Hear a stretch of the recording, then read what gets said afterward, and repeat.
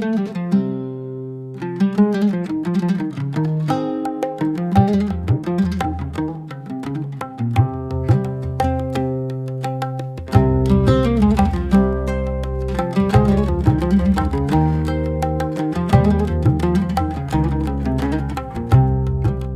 عزیز سلام و وقت شما بخیر. با همکارم آمدم به سرک اوبی، سرکی که ولایت هرات به قور وصل میکنه و دقیقاً کاری اسفالتی ازی در جریانه و یک امید تازه برای مردم منطقه ایجاد کرده. با ما باشین تا با انجینر صاحبا، با کسانی که در اینجا مصروفن صحبت های داشته باشیم و گزارش صفر تا صدی در ارتباط به سرک اوبی تقدیم شما کنیم. همراه ما باشین.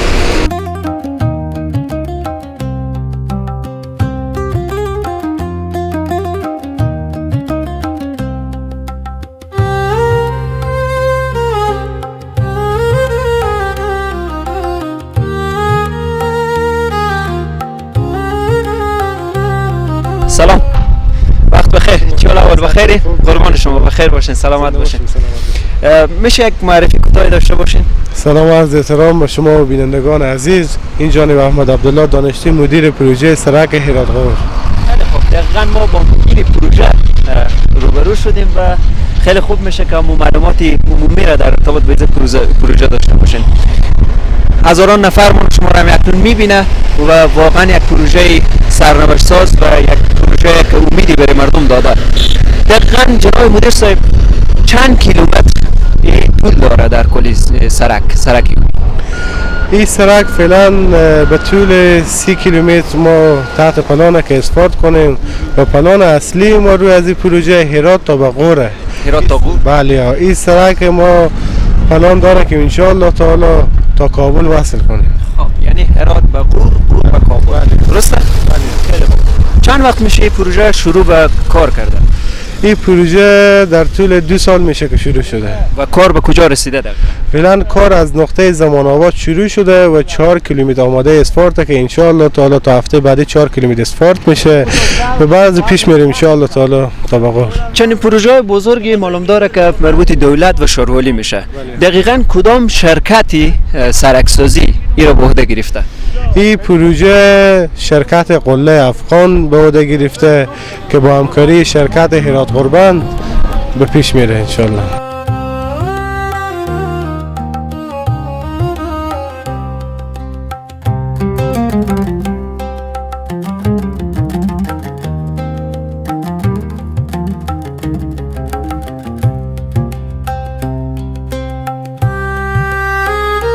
دقیقاً این ریگ به کجا تهیه میشه و این ریگ از کجا میارین؟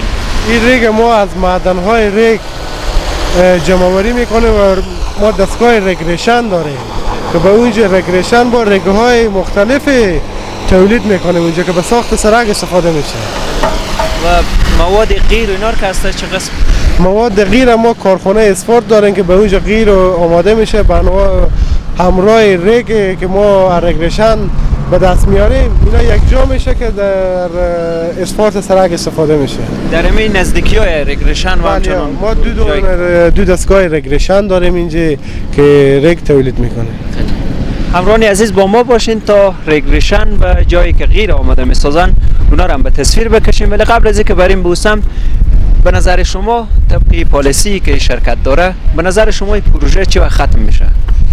این پروژه ختمیه که معلوم نیه، ولی 2 سال میشه که این پروژه شروع شده و 10 کیلومتر از این آماده اسفالته که انشاءالله تا سال تا 2 ماه دیگه اسفالت میشه. خیلی خوب. و چی تعداد پرسنل اینجا مصروفی کارن در کل؟ تقریبا 100 نفر اینجا مشغول اینجا درسای کار میکنن. همه روزه کار میکنن. همه روزه کار میکنن. بیننده عزیز، خیلی خوب میشه که در این قسمتی از برنامه یک نظری در ارتباط به مردم منطقه داشته باشیم که این پروژه چی تأثیری بر زندگی مردم منطقه گذاشته. با ما باشید. همراهان عزیز، دقیقاً در قسمتی از سرک اوبی قرار داریم که کاری از این سرک میبینین، چیزی که به تصویر میبینین که اینجا آماده برای غیرریزی شده، آماده برای اسفالت شده. و شاید سوالی به شما مطرح شده باشه که چرا در اینجا این سنگریزه ها را انداختن، به خاطر از که هنوز همو قسمت آخری اسفالت که همو غیر ریزی می باشه تکمیل نشده و قرار بسیار به زودی او کاری هم تمام شود. این سنگا را اینجا گذاشتن تا عبور و مروری وسایل و همچنان موتر و مردم صورت نگیره.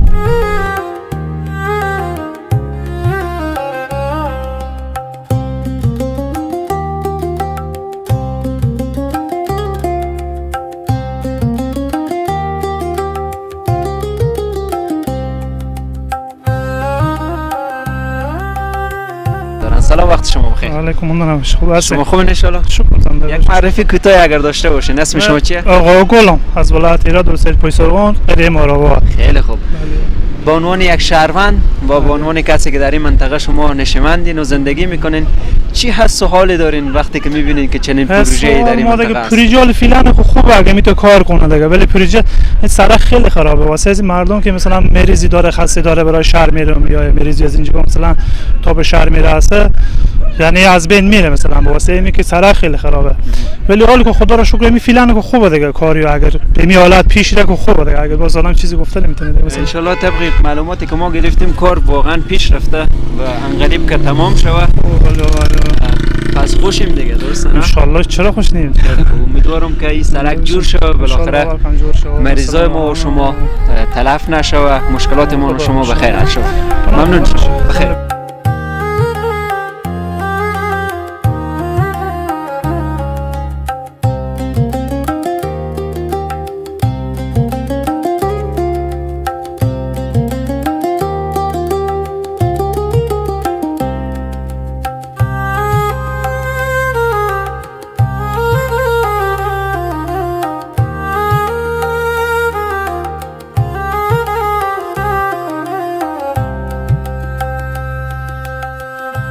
مدیر صاحب، میشه در قسمت جایی که قیر میسازین فعالیتی از اونا را کمی توضیح بدین برای بیننده ها؟ سلام علیکم. این دستگاه که شما میتونین به جانیار راست میبینیم، این دستگاه اسفالت پلانده که به اینجا قیر آماده میشه و مواد خون که از رگریشن به اینجا آورده میشه، اینا با هم یک جا میشه، بعضی به سرک اسفالت سرک انجام میشه. همه روز اینجا فعاله ای؟ بله، انشالله تا هفته دیگه ما 4 کیلومتر مد نظر داریم که سرک رو چشت شریف اسفالت کنیم. خیلی خوب. شما در لابلا گپا خو گفتین که ریگ با دیگه طرفی آماده میشه، یعنی در این قسمت رگریشن هم داریم؟ بله، این قسمت که از کارخانه اسفالت مونه، قسمت پایینی که هست اونجا رگریشن که اونجا ریگ آماده میشه. تشکر، ممنون. همراهان عزیز، ما از این قسمتی که قیر میسازن چند تا تصویری می داشته باشیم و بعدا همراه مدیر صاحب میریم به قسمت رگریشنی و باز بعدا به ادامه گزارش با ما باشیم.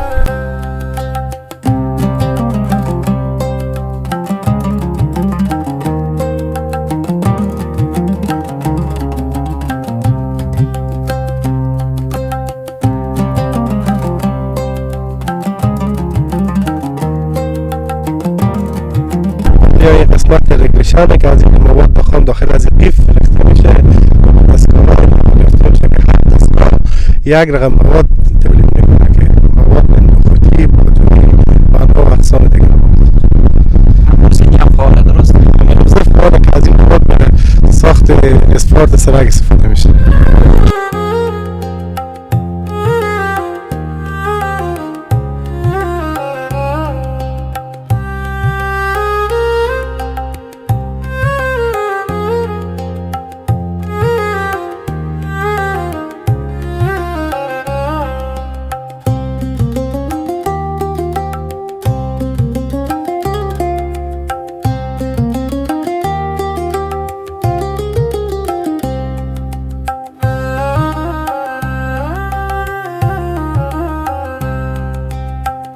بیننده عزیز، طبقی که به تصویر دیدین در مسیر راه متوجه شدم که قسمتی از وسط سرک اینا سوراخ میکنن و توجه من به سمت خود جلب کرد. گفتم باش که معلومات بگیرم که دقیقاً اینجا چی جریان داره.